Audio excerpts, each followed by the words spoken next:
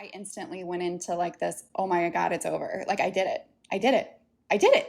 Like I think I said I did it probably 10 times. Like I did it. I did it. I did it. I did it. I did it.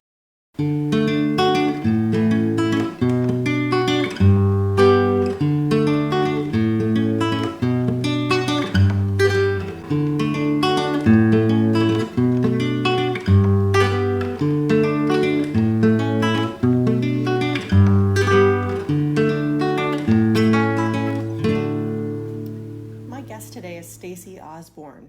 She's the co-founder and president of fitness for VICTRESS Movement. She is a certified personal trainer, no surprise there, and she has many certifications in various subspecialties, including orthopedics, neurodynamic stabilization. She has training from Girls Gone Strong, including their menopause specialty. I will link to them in our show notes because this is a great organization that I frequently recommend to clients, fitness professionals, and even medical professionals who are on their fitness journey. And last but not least, she is also a doula. She has developed the training methodology used at VICTRESS, which is rooted in a deep understanding and passion for supporting the ever-changing needs of women because, well, I'm sure you know, our physiology is unique and it is vastly different from that of our male counterparts who have been studied longer and more thoroughly than we have. Stacy's strength training programs cater to women through all stages of life. So we're talking young adult, prenatal, postpartum, and through the menopause transition. We will dive into each of the unique needs of these life stages during this episode. But what she's also doing at VICTRESS is providing a supportive community and evidence-based fitness training to help all women feel strong and empowered. So one thing we have in common is that she is also, or was also, a young mother. I don't get to talk to too many people who have worn these particular shoes on my podcast. So this makes me feel a little bit kindred with her already. She approached the birth of her third child differently than she did her first two. And so by her own words, she said that she prepared herself for natural childbirth. Now, again, those are her words, and the word natural means a lot of different things to a lot of different people. So I'll let her expand on what that meant to her. But regardless, it was the culmination of these birth experiences that led her down the path that she is on, which is the launch of VICTRESS that happened in 2018. It has been a long time since I've gotten to geek out on fitness on this show. In fact, the last time I did it was back in March of 2023, episode 45, when I interviewed my co-author from the chapter that we wrote in a textbook called Prenatal and Postnatal Care, A Person-Centered Approach. I was one of the co-editors of this textbook, and I co-authored 3 chapters, including this one on perinatal fitness. And I am pretty darn sure that it is a chapter that is the first of its kind in a medical textbook. I will link to that as well in the show notes because I probably should have talked about it more than I did, but its publication kind of coincided with just a hectic time in life, and I just didn't do much about it. I really wanted to, and I didn't, and I currently feel remiss in that. Anyway, I digress. Stacy, I am super excited to chat with you today. Thank you for having me. I'm super, super excited. I like to geek out on all things this realm too. So it never feels like work when I get to sit down and have these conversations with people and like-minded people like yourself. So thank you for having me. Oh, so happy to do it. Yeah, I mean, look, we have a very diverse audience, right? Our audience is comprised of healthcare practitioners, people who are pregnant, and a lot of people that are early postpartum. There are a lot of our listeners. And I want to work fitness in there, but I never think that I have a purely fitness podcast. So I kind of, I don't do it as often as I would like. Like I would like to talk about this much, much more than I do. But I want to take this opportunity to really dive deep. I think what you are doing is so cool. I checked out your website. I checked out your podcast. Like I really did like a bit of a deep dive into who you are and what your company's all about. And I was like, this is so cool. And then I was like, what? And they're like franchising this. Like I want to see this really succeed. And so I'm just super happy to have you here to talk about it and let people know what you're doing. So I'm humbled. I'm humbled you say that. Thank you very much. But let's kick it off with a little bit about you, because your history and what led you here was also really interesting to me. And I kind of just got the tip of the iceberg. So I'd love you to share, because again, our listeners are going through this motherhood transition and everyone has such unique stories. And I do feel like our stories of being young mothers are often not told anymore because we're not super common. Would you agree with that? No, I absolutely would agree with that. I mean, I was raised in an environment where, getting married and having kids younger than normal, like what society would consider normal was fairly common in that realm. But yeah, I mean, I go to my kids' events now and, I'm the youngest there by probably 10 to 15 years sometimes, which is fine. Yeah. It's just, I'm definitely one of the younger moms, and, kind of playing the catch up game a little bit just in regards to logistics and life and finances and like all of those things. So Yeah, but it's funny when you're on the other side of it. Now, you had three kids, and I don't know how far apart they're spread yet, but I only ever had the one. And so I had a yeah, baby when I was 20. So she finished high school when I was 38, which was the age most of the people were when they had their first kid. That when were they my have their friends at first, this point. Yeah. So like yep. our lives look so different then and now. And I think one of the things I really enjoy about working with people during this transition in life, whether it's in my capacity as a midwife or wearing my fitness hat or whatever, is I know how different that experience was for me because of my youth Mm-hmm. compared to what it's like for someone who has had 15 years in a career and has all these other moving parts that I didn't have established yet in my life, right? So Yeah. it's really interesting to look at that. Yeah, I think there are benefits and drawbacks of that type of Mm-hmm. lifestyle, right? Like I Mm-hmm. never am one to sit here and like regret anything. Like I believe that everything truly does like, show up and manifest in ways that, we need and that serves us best within our lives. But at the same time, like, I yeah, like I became a mom at the age of 21. I spent my 21st birthday like 3 weeks ahead of my due date. um, and so now like I'm 37. How old am I? Yeah, I'm 37. And I have a 16-year-old. He just turned 16. So he's driving. And then I have a 13-year-old. And then my third son is just turned 7. So I've got three boys, all extremely active, all immersed in all of the activities. But with my older two specifically, I always just say, like, I feel like I grew up with them just as much as I raised Mm-hmm. them. Mm-hmm. It's been a collaboration of life along the way. Yeah. I didn't know what I was doing. I went through a divorce at the age of 23 too from their Mm-hmm. dad. So, single mom, and just navigated a lot of different things at that time. And I think a lot of that contributes to how I show up in the world now. But it also, I think, shows up in, like you mentioned, the birth of my third son, like just all of the things that I wanted to do differently for myself because of like Mm-hmm. those initial experiences when I was so young. Yeah. So I really, really want to hear a little bit more about that. I Hmm. mean, this is a Yeah. podcast about birth, and Yeah. I'm really curious where your knowledge base was or wasn't at the time of your first birth, and then kind of how that impacted your second birth. Because what I'm gathering is that you just kind of rode the wave and carried on in the same manner. So what Yeah. was that? And then Yeah. why did that or other aspects of your life lead you to this like moment where you needed to do that thing so differently that third time?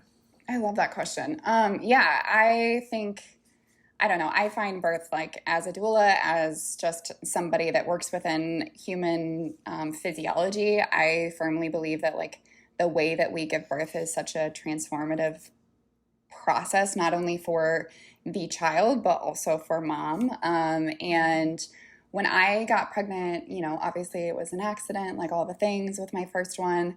Um, I just felt like a prisoner in my own body, to be honest with you. Like, I just felt like I didn't Mm-hmm. have any say. I mean, yeah, like I was gaining weight, but also I'm like 21. So I was fairly, thin and not super fit. I did not work out at all during that time, or before, really. I played high school, sports, but nothing beyond that. And I just like wasn't super happy about being pregnant. I am not like, I emotionally attach to a certain degree while I'm pregnant, but I definitely have like this kind of like barrier of like, I don't know this person yet. Like I haven't actually really met this soul yet. So it's like a very like, I feel like I'm the vessel while I'm pregnant of something else. And I know it's going to be great. And I know it's going to be amazing and it's going to be life-changing. But, really at that time, like, 21, like I said, like just a baby. And I just really felt like I just had life happen to me. I ended up getting induced a week early. I would say my first like mother's intuition kind of kicked in. Even then though, when I was 38 weeks pregnant, with my first son, he was breech. He had been breech like most of my pregnancy. I could feel, you just like innately know. I think I've always been somewhat body aware. So like I knew he was kicking me really literally like in my pelvic floor. And I was like, my goodness, that's not comfortable. And we had a scheduled C-section back then, again, this was 16 years ago. And in the state of Nebraska, things are a lot different in regards to birth here. So just keeping that in mind. We scheduled a C-section at 39 weeks due to his breech positioning. So I go in I had gone on a trip and I called my nurse and I was like, hey, like, I'm like 99% sure this kid just flipped. And she's like, no, that's not possible. You're really small. Like you're not carrying, like he's, you have such a small frame. There's probably not really any chance that he did. And I was like, I know that, but I'm telling you, like I'm getting kicked in my ribs now and I'm not getting kicked in my groin anymore. I really think he flipped. And, I had felt like a lot of prodromal labor. What I know is prodromal labor at the time. So lots of cramping, lots of discomfort. Like I could just tell things were moving and shifting. And so they ended up seeing me. Thank goodness. They did come in. They did let me come in for an ultrasound. And yes, he had flipped. So he was head down in the birth canal. So then instead of doing the C-section, they just switched it to induction, which was fine at the time, again, not knowing really what I know now. So we did the induction. I got the epidural pretty early on. We did Pitocin, got the epidural pretty early on. And at one point, the epidural actually like moved up into my chest and I couldn't feel myself breathing. So I was breathing. Like, I don't want that to sound like I'm not breathing. Like I was breathing. I could see my oxygen stats were moving. It was just I couldn't feel it because of the numbness from the epidural. So neurologically, like I couldn't feel myself. So that was not fun. So they had to do some adjustments on that. And then, I remember my doctor walking in and being like, you're going to get me home in time for dinner. And I pushed for about 2 hours, I think. And I did have an episiotomy with him. Again, fairly common back then. Walked out of there like very happy, but not necessarily like very fulfilled in the process, I guess, if that makes sense. Like, very happy that I have my son and that I was able to deliver him vaginally for sure, but I just didn't really feel like there was anything like that I necessarily gained out of the process. So that was my first. My second, I got pregnant. Again, they're 24 months apart, essentially. Their birthdays are 6 days apart. So I got pregnant fairly quick afterwards, by choice this time. And I remember going into my doctor, same doctor, and I don't know why. I was born in the birth center. My mom had me in a birth center. And I came into my doctor and I said, hey, like, I think I want to do this natural this time, like without medication. I don't want to be induced. Like, I don't want an epidural. I just want to see what my body is capable of in that way. My mom had me in a birth center. I think that's something I want. And I remember, I'll never forget, he kind of looked at me and laughed and he was like, oh, girl, again, I'm 22, 23 at this point. He goes, would you get your kidney out without anesthesia? And I was like, well, no, I wouldn't do that. He's like, it's no different here. You don't get an extra gold star at the end. And I laughed at the time, and I just kind of like laughed it off. And, you know, I was like, oh yeah, you're right. Like, what am I thinking, essentially? And moved on, went through my pregnancy, like didn't really think about it again. But I mean, I still remember it. I vividly remember his face. I remember everything in that moment, 14 years ago still. And when I came in to deliver him, I was having a lot of prodromal labor again. I think that's just the way my body functions, knowing what I know now. Lots of prodromal labor. He ended up allowing me to be induced just because of how uncomfortable I was, essentially. At 10 days, my body definitely was not ready. So 10 days early. So with my first, it was 7. With this one, it was 10. They both were 7'9" and 7'6". So they were both fairly big considering they were early in regards to like due date. But that birth was pretty traumatic, and I'm not really knowing it at the time, I guess. Again, like I didn't have the training that I have now. I didn't have the experience that I have now, but I just knew like something was definitely off. The epidural, I have a slight scoliosis in my back. So of course, like after what he had said, I essentially walked in and asked for an epidural, like the second that I knew I was being induced, because it was just kind of like, well, he's right. Like, why not? Why would I do this like crazy? Like, I'm just going to get what I want. I'm nothing against epidurals. I think they're fantastic. It was just a tool in the toolbox that I probably shouldn't have reached for quite yet and let my body kind of go through the process quite a little bit longer on my own. So it really stalled a lot of things. So then they kept bringing up my Pitocin, and then they'd have to increase my epidural, and then they'd bring up my Pitocin, and then I'd increase my epidural. And it was just like this process, and my body would not progress past 4 centimeters. Like I was just kind of like stopped at 4 centimeters, which isn't even technically an active labor yet. So, I'm just sitting in the hospital. Finally, at one point they had broken my water, so I couldn't go home. There was no like going home from this situation. And I remember the doctor on call was like, I delivered at a different hospital. So they thought that maybe I was like a first-time mom because I hadn't delivered at this hospital before. And they were like, they were getting on the horn with my doctor, and my doctor's like, no, this is her second, like give her some time. So they get the epidural, finally gets to like work because it wasn't working great. They kept upping it, but like one side of my body I could feel and the other side I couldn't because of scoliosis. And so finally they get it to work. And literally the nurse like walked out of the room with the C-section forms, and she's like, oh, your doc wants to wait a little bit longer. Don't sign these yet. And I was like, okay. So she left.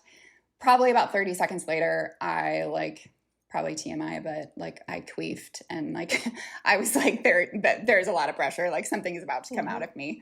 And I remember looking at my mom. My mom's like, are you sure? I'm like, I'm positive, like something's about to happen. And sure enough, I ended up having him like within about 10 minutes later. So he very much just showed up right in the nick of time. And because of everything happening so fast, the adrenaline in my body, just like everything that happened so quickly, I had like a pretty, like essentially because I had been on Pitocin for so long, my uterus just kind of like stopped responding. So my doctor that was on call, it was not my doctor, but the doctor that was on call is who delivered him. And she was really, what I know now, was prematurely trying to deliver the placenta. Trying to like speed things along. And she was like pulling on it. And I remember like looking down and her hands were like shaking. She was like pulling so hard. And I was like, that doesn't seem right. And it started hemorrhaging pretty quickly after that. So they had to give me a shot of adrenaline. Then I got nauseous, threw up, like all of those things. And, at the end of the day, I had my healthy baby. But I don't think that mitigates, and I tell my clients this all the time, like that doesn't mitigate like your process and what you've had to like go through, your body just went through. So then that was those two. So it was definitely your very traditional, like, obviously I didn't end up with a C-section, and I'm grateful for that, but it was a very traditional like birth process. So, I mean, I can keep rambling if you want me to keep rambling and go to my third, or if you have something to say. Sorry, I feel like I'm just talking. No, I'm enjoying your story. The only thing I'll add at this point is when you talked about your second baby just suddenly coming after like a whole lot of nothing happening. You know, we in this world have a saying that I don't know how it will go over with general population people, but we say never trust a mole tip. And what we mean by that is exactly what happened to you. Like when someone says something kind of, you know, like, oh, I don't know if it's going to happen or it's going too slow, someone else reminds that person, hey, don't think like that. She's had a baby before. That's what people do who have had a baby before. They kind of do nothing and then they just do it all of a sudden. That's such a typical second baby, especially induction story, right? Yes. Like that's so typical that it was obvious to me where it was going before you got there. But anyway, I once again, I digress. So, but for those people listening who don't know what I just said, you're like a mole tip. That's just a shorthanded way of saying someone who's had a baby before. So we call people who have not had a baby, we call them primips. We call people who have had babies before multips. And we just kind of, it may feel a little like almost dehumanizing to hear yourself talked about in those terms, but it's important for us who do this work to like really remember and distinguish between someone whose body is doing this for the first time and someone whose body who's done it before, right? That's really all we're doing when we say that. Anyway, no, I definitely want to hear about your third. You're not allowed to stop now. What I care mostly about is like what happened in your mind and, you know, then what did you do differently? Are you pregnant or a new parent looking to ensure a better postpartum experience? Or are you a birth worker looking to improve your postpartum care skills? Check out Thriving After Birth, an online self-paced course by me, midwife and educator Tanya Tringali. It's 10.5 hours of video content featuring experts in lactation, mental health, pelvic floor health, pediatric sleep issues. You also get worksheets and a workbook, as well as options to have a one-on-one session with me. Sign up at motherwitmaternity.com/thriving, and let's improve postpartum care together. We hope you're enjoying the Mother Wit podcast. If you are, please rate us and leave a review in iTunes, Spotify, or wherever you're listening to your podcast. Thanks so much. Now, back to the show. Yeah. Well, and I think that's where working out kind of comes into play, to be honest with you. So that's probably a good segue here. So what there is 9 and 7 years difference between my older two and my youngest. So it had been a significant amount of time. Obviously, like I said, I went through a divorce. I ended up getting remarried. While I was going through my divorce, I really went through just like a self-care, I think, transformation as a person. And my gateway to fitness was through running. So I started doing half marathons, running, a little bit of lifting just to like keep myself safe, you know, and keep my joints and my muscles healthy. But running was definitely like my out and just like this freedom. And I learned how to like push myself and find myself in like the deepest parts of myself in those moments. So that's how fitness kind of just really started for me consistently for the first time in my life, you know, at the age of 23. So I always like kind of joke like fitness journey and my middle son are kind of like the same age. But my husband had been or was a member at a CrossFit gym here in town. And we had made a deal at the time that I would, try CrossFit if he ran a half marathon with me. And I fell so much in love with CrossFit that I didn't even train for the half marathon. He absolutely killed me on that race. I was going to say, that is a deal with the devil. Like, I wouldn't be able to make that because I don't like to run anything more than a 5K ever. Yeah. Yep. I definitely took the short end, or I don't know. I should have trained, that's for sure. Or I shouldn't have even participated. But yeah, I just fell in love with, I think, you know, CrossFit does a lot of things great, a lot of things that, you know, that we don't necessarily subscribe to at VICTRESS moving forward. But there was just this first time in my life that I was focused on my performance versus the way I looked or how how things fit or like anything like that. Like it was the first time that I was really able to like hone in on like the way that I fuel my body for performance, the way that I lift for performance, the way that I sleep for performance. Like all of these things were shifted in a way that like I felt like it was a return on investment on every choice that I was making. And that was just such a healing and amazing like thing to find and community to find in that way for me. So when I got pregnant with my third, I was like, okay, like, I had seen pregnancies in the gym before.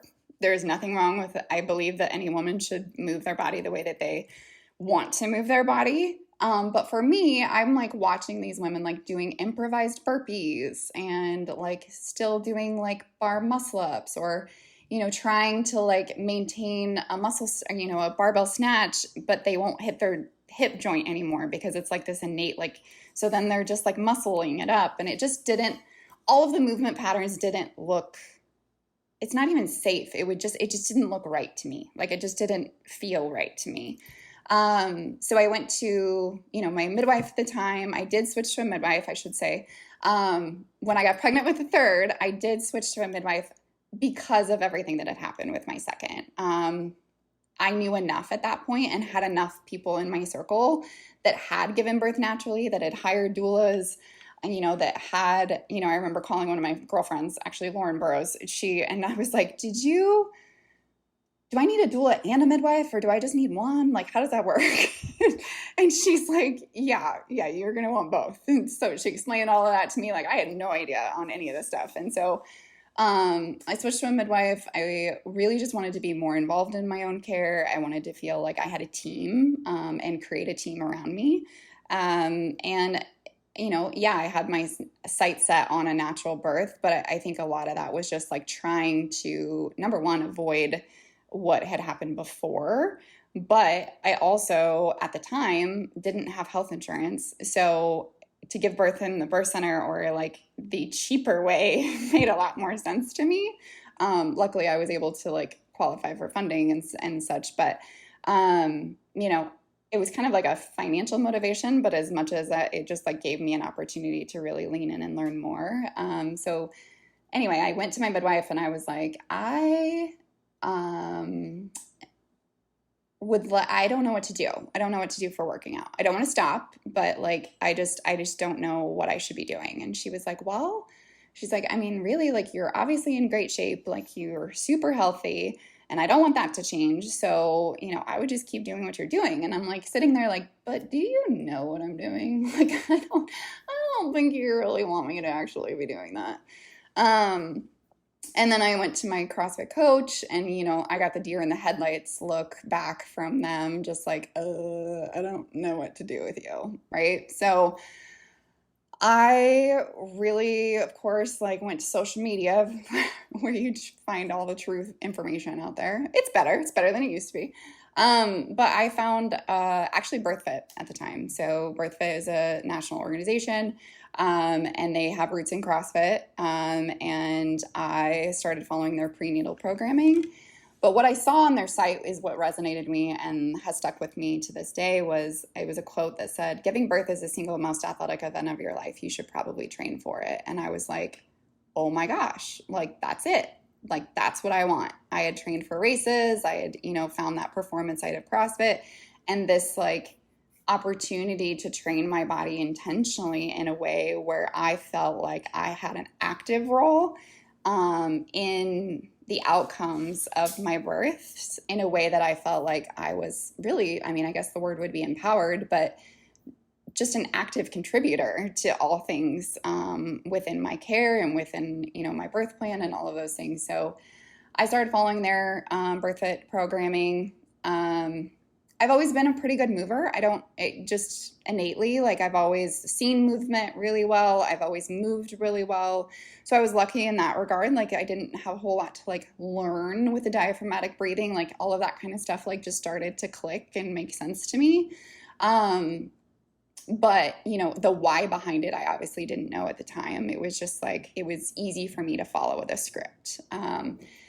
And I trained all the way through my pregnancy. I hired a doula.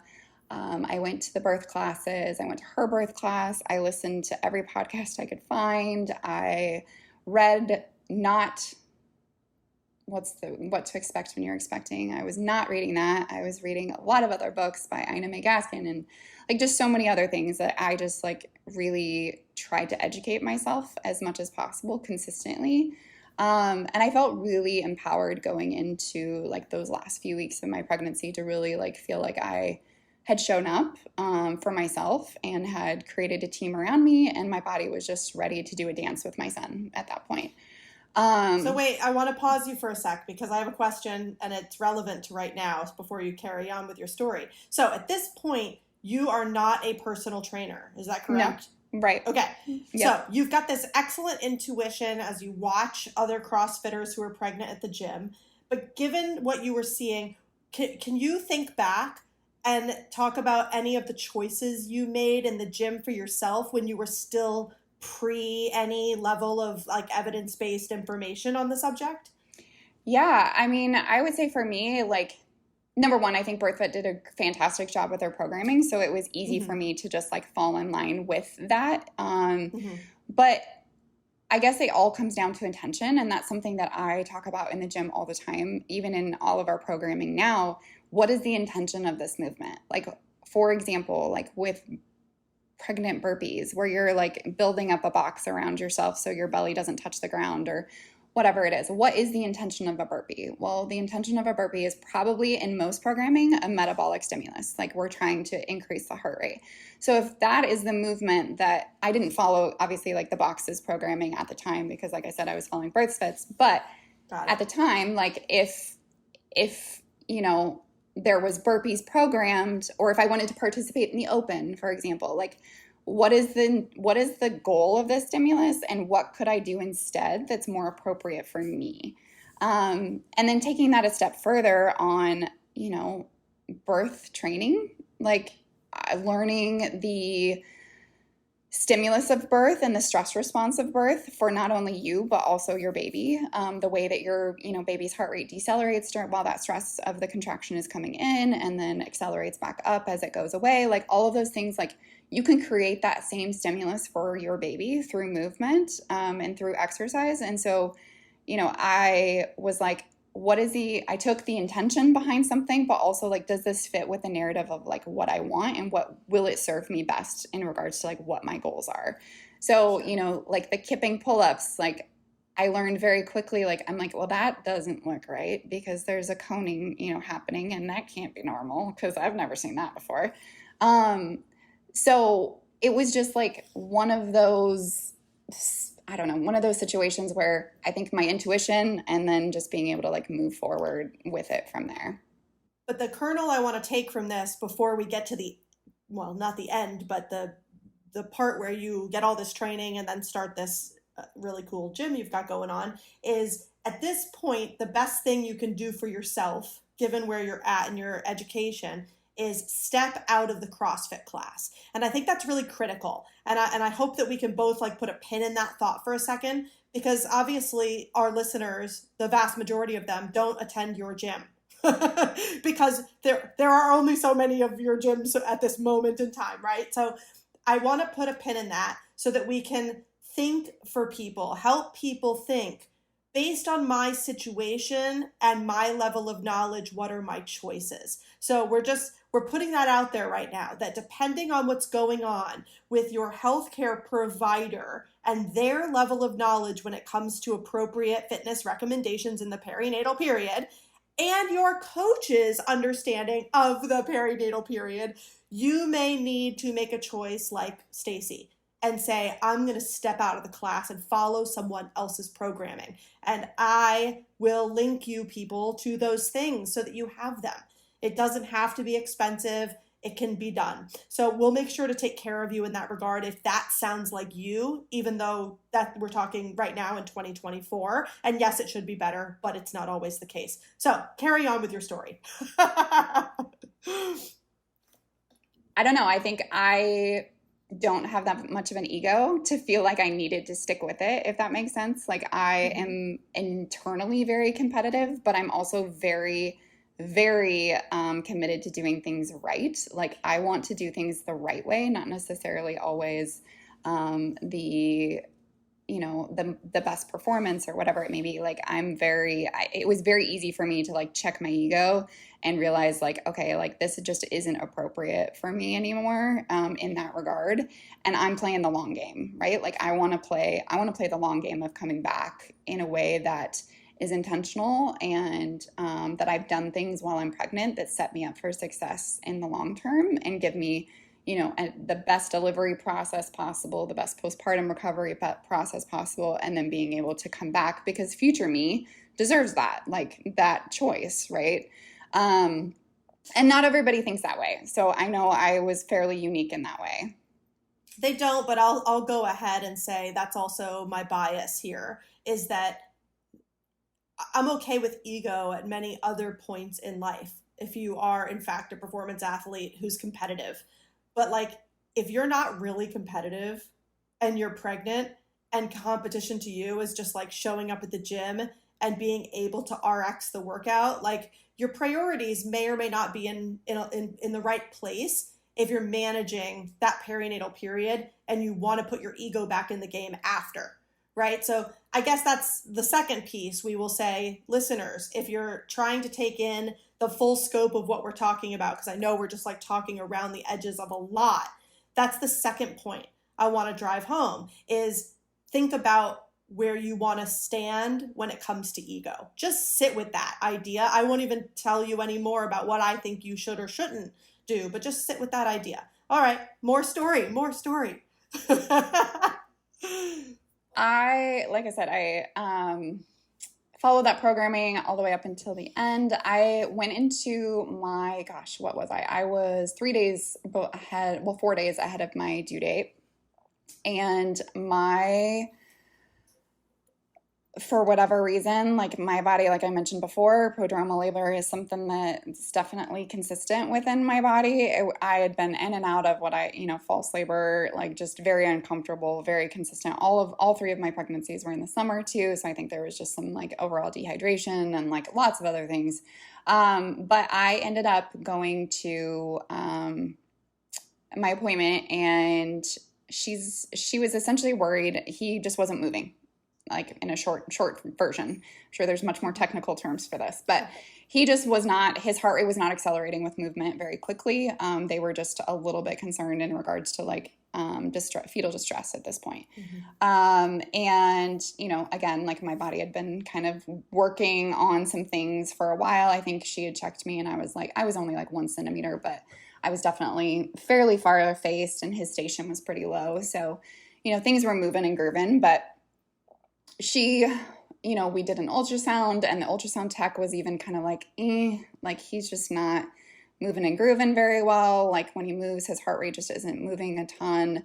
I drank some orange juice, I did some things to see if we could get him to kind of, perk up a little bit, and really like nothing happened.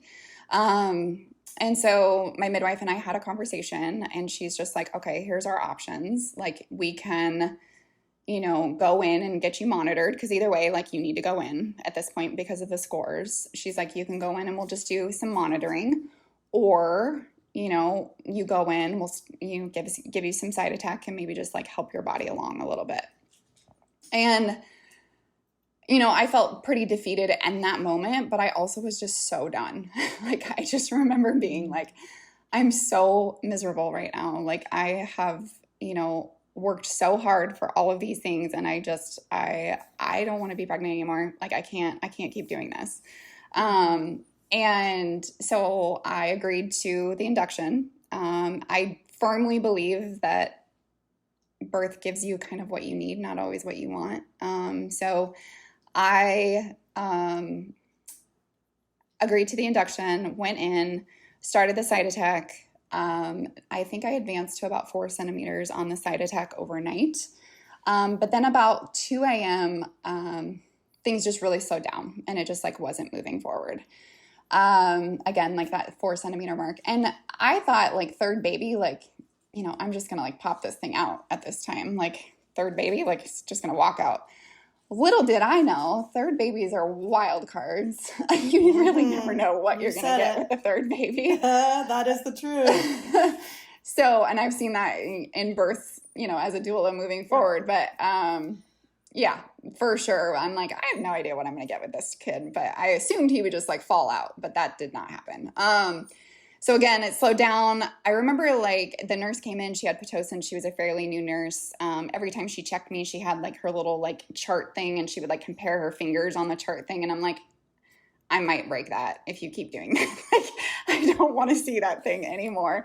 But she brought in Pitocin and I had like a full blown like essentially like a panic attack. Like I was like, I'm not ready for that. Like I'm not ready for Pitocin. Like I know what Pitocin feels like in my body and I know what that means. And like, I'm educated enough to know like, that's not what I want. Like, I don't think I can do this, you know, unmedicated or without an epidural, without pain support with the Pitocin. Like, I was just like, I can't do it. I can't do it. And I remember feeling like trapped and we called my doula and my doula is like, you can say no. Like you can say no. It's okay. Like, you know, your water isn't broken, like nothing's happened, like you can say no. And of course, like his heart rate's fantastic at this point. Like he's doing great. He's accelerating like crazy. He's acting like he was just a sleepy little, you know what, for a while. Mm-hmm. So I called my midwife and I talked to her on the phone and she was like, well, remember why we're here? Like, let's talk about all those things. I was like, yes. She's like, okay. She's like, we're just going to shut everything down. She goes, I'm not going to let anybody in your room until 9 a.m. tomorrow when I do rounds. She's like, when we won't do Pitocin, we're not going to do anything. Like, you just stay in your room. I'll be there in the morning. And I was like, okay. So not a single person came in my room. This is a hospital, mind you. Like, not a single person came in my room. Nobody like entered in any capacity until she came in to do rounds, which I really appreciated. Like, I was able to sleep. I felt like better mentally, emotionally when she came in. And she was just like,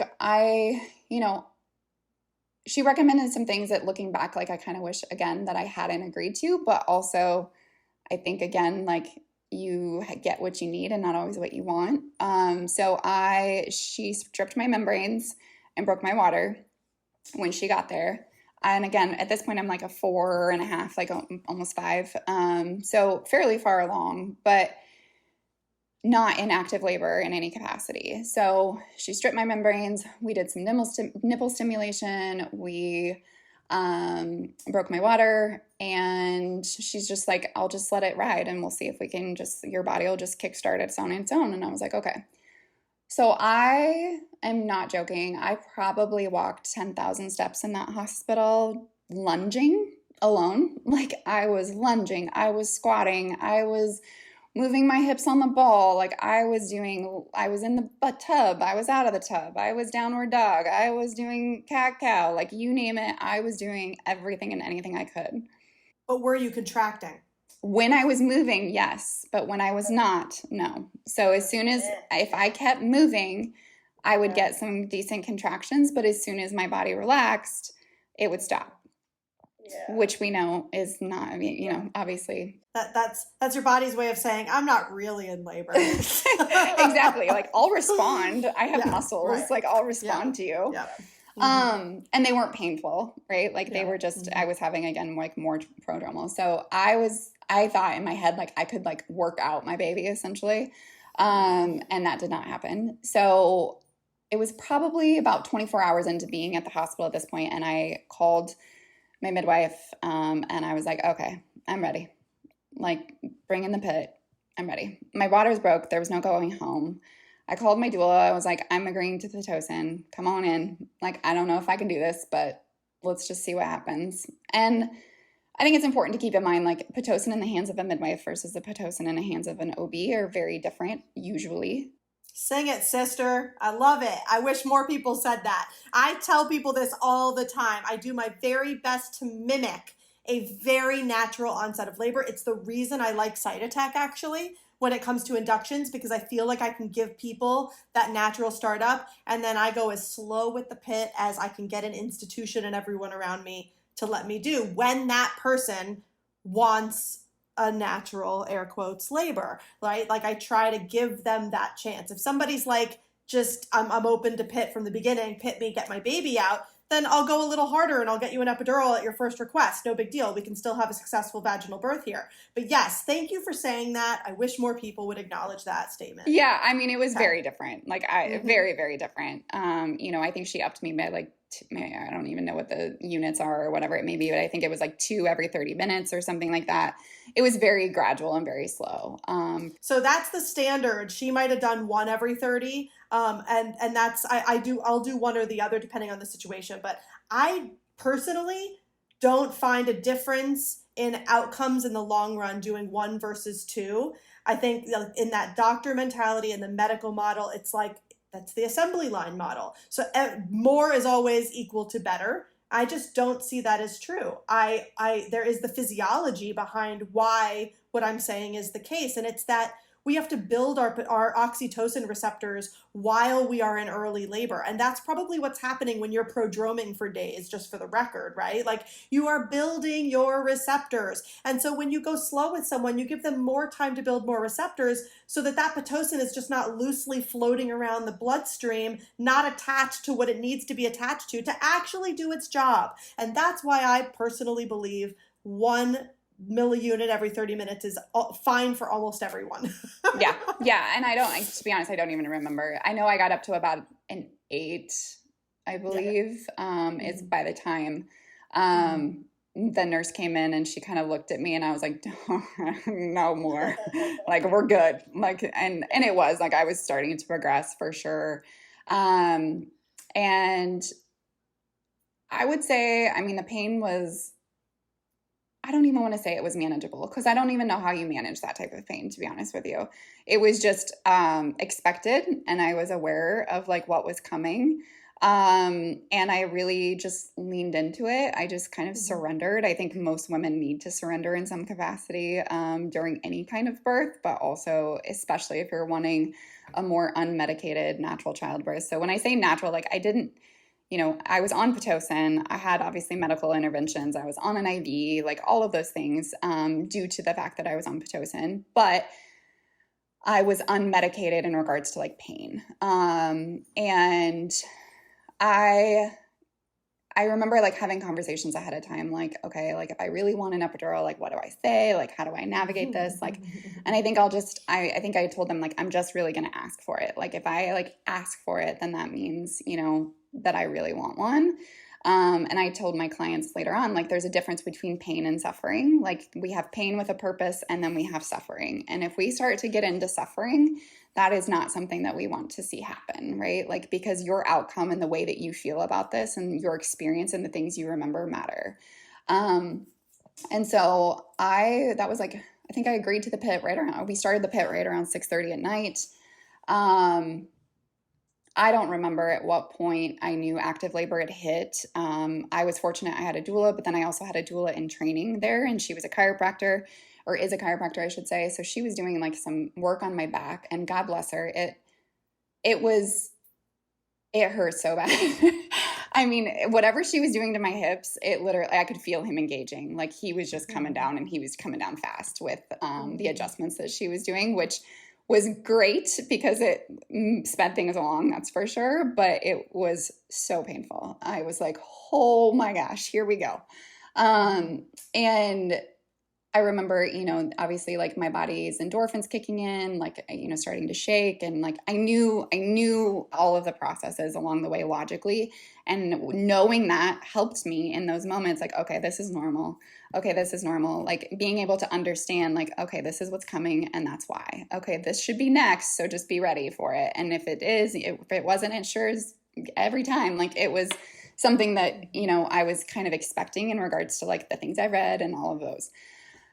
And I remember getting to a point where, the Pitocin, I've never given birth without it, so I don't know what birth feels like without Pitocin. The only way I can describe it is it felt like my body was tearing in half, essentially, and then it hit like another level. Like it would like peak, but then it would like twist, right? Like just at the end, just to make sure that it like just gives you a little extra.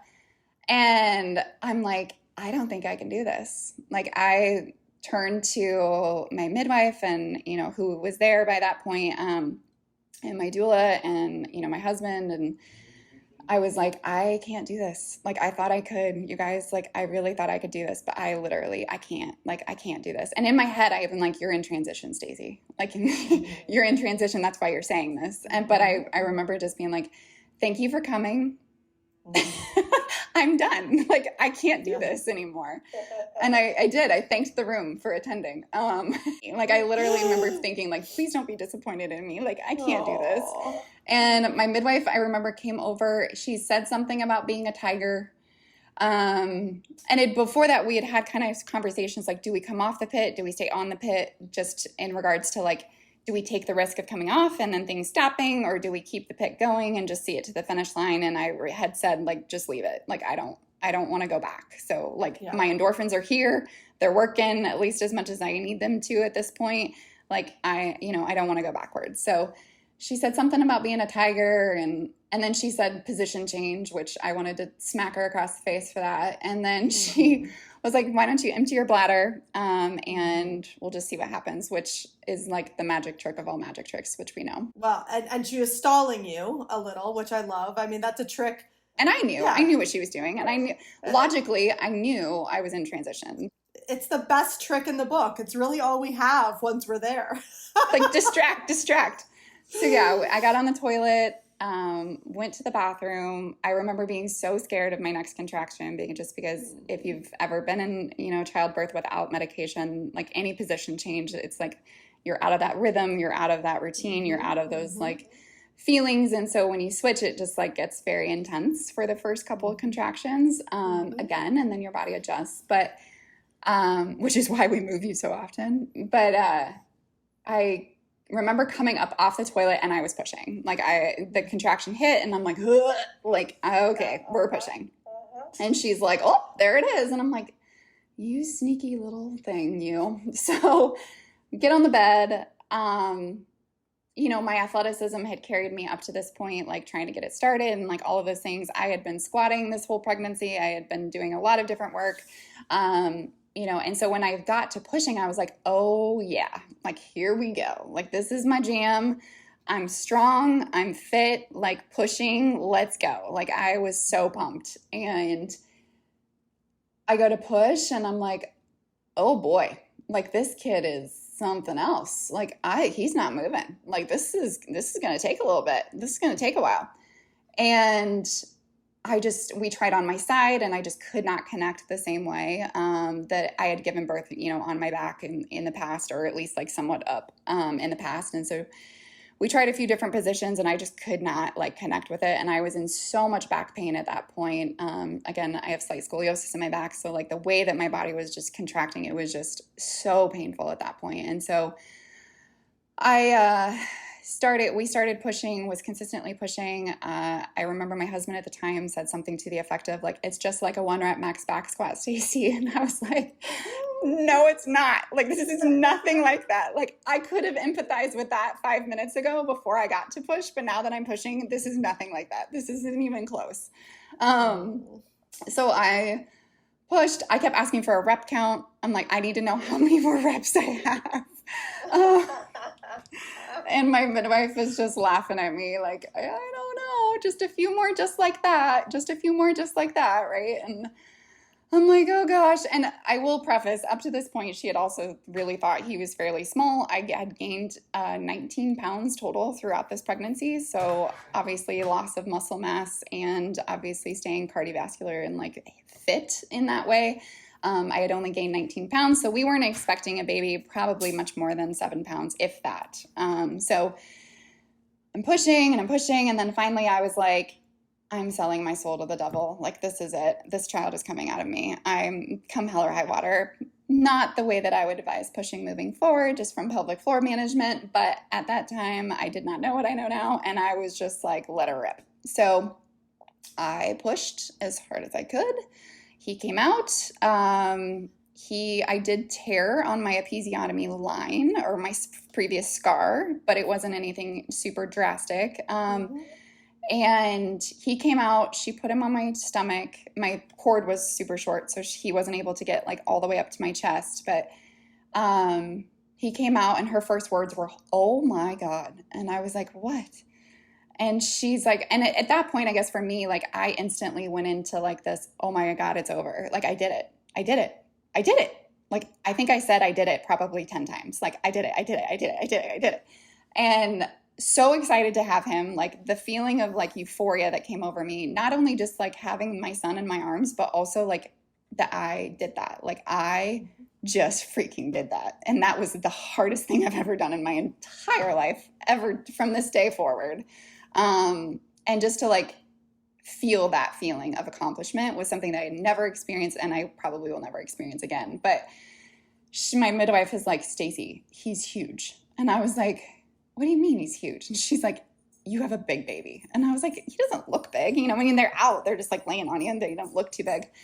And my doula was like, yeah, that's a big baby, Stace. And I was like, oh, well, okay, whatever. Like just kind of laughed it off and, you know, did my skin to skin, hung out with him for a while. I was very uncomfortable postpartum, very common for a third baby. Like I ended up getting some medication there just to manage that. Like it was very, very uncomfortable cramping afterwards. But they took him and put him on the scale and he was 8 pounds, 13 ounces. And I was like, oh, like how many ounces are in a pound? Like for expecting something around 7 to almost have a 9-pound baby. Again, I had gained 19 pounds, so he was about half of that within me. And just, out of all of the births to like do unmedicated in that way, like he was by far my biggest. So I do want to say one thing. You like are retrospectively saying, I know better than to push like that. And I'll let you elaborate a little bit more if you want to after I say this. But I just want to add that you have to push as hard as you have to push to get the baby out sometimes. And so we have to temper a little bit the fitness trainer voice that has learned a lot about pelvic floor health up against the birthing person or midwife voice that is saying, get the baby out however you get the baby out. So you just pushed a baby out that's like, you know, 1.5 pounds, almost 2 pounds bigger than your biggest baby prior to that.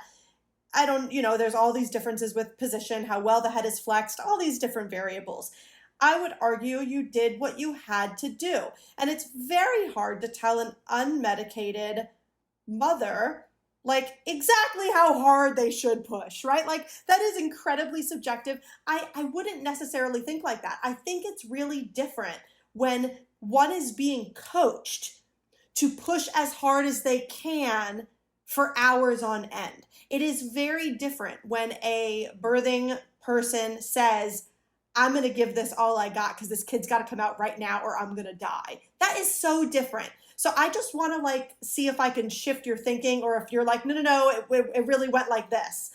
Yeah, no, it's a very good point. I think that that's very true. I've seen it happen in births myself, right? Like, I think it's just, if I had been in a better position, pelvic floor wise, I think I would have, not seen as many potential issues. Not that I had a ton of pelvic floor issues postpartum, but there was definitely some ramifications of being in the position I was in and then also pushing as hard as I could in that way. I broke some blood vessels in my face. I definitely went for it. That's for sure. But yes, I think that my body did what it needed to do to survive that moment. It was either that or, I mean, I remember thinking just cut it out. I don't care. Just get it out.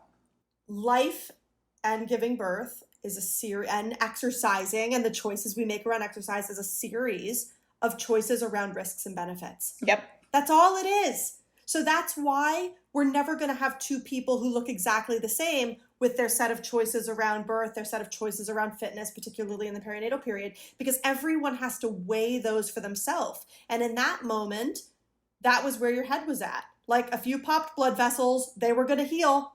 Yep. But that baby getting out needed to happen. I also would say that I think that because I've seen it so many times, people tear along that scar line of their previous episiotomy, and that is just the way it is much of the time. So I'm going to go out on a limb and say approximately 50% of people who have had an episiotomy don't tear. They just start to stretch as if they're having a second baby and they deliver basically intact. And you see that scar line appear in front of you as they're crowning, but they end up delivering intact. And the other half will tear every time right along that scar line because that tissue just doesn't stretch as well because it's scar tissue. It's not the same thing. It's more fibrous. It's less elastic.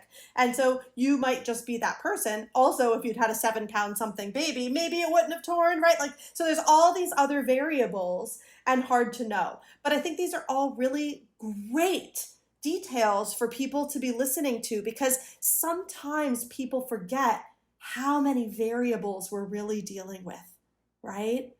And your 3 stories illustrate so many different variables, whether they be sort of educational, where one is at in their life, emotional, physical, and all the choices and advocacy and all of the things that go with it. And I'm so glad that we took the time to have you tell that whole story. Okay, so we're going to take a break here. Around the time that Stacy was wrapping up her second birth story, I realized that this was an episode all on its own because we haven't even gotten into why I brought her on the show, and I'm really excited to talk about that stuff. But I'm going to pause here because this is already about an hour long, and we'll pick back up next week with how all of this, these traumatic and transformative birth experiences, led her down the path that she's on now. She's going to tell us about her amazing company and this gym that she has created for women that I think is fantastic because it's the kind of fitness that I want to see more people engaging in, that I truly believe has amazing benefits for most people. And I realize it's not everyone's cup of tea, but I'm just hoping people can find the value in certain aspects of this, and maybe incorporate elements of this into their lives, even if they're not going to go kind of all in on this one thing. Anyway, I'm rambling. We will continue next week.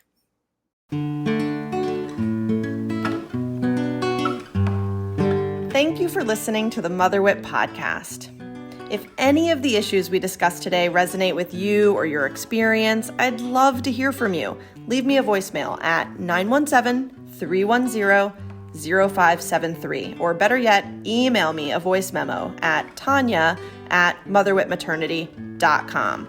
I really want to hear what worked for you, what didn't work, what support you'd wished you had, how you got through the tough times, how you advocated for yourself, or especially any tips you want to share with our listeners. I want to hear all of it. And if you'd really like to work together, you can get a discount on your first consultation with me at motherwitmaternity.com using the code FIRSTCONSULT 10% off. That's 10% symbol, all one word. Okay, that's all. It's wonderful being in community with you all. Thanks again for listening, and see you next time.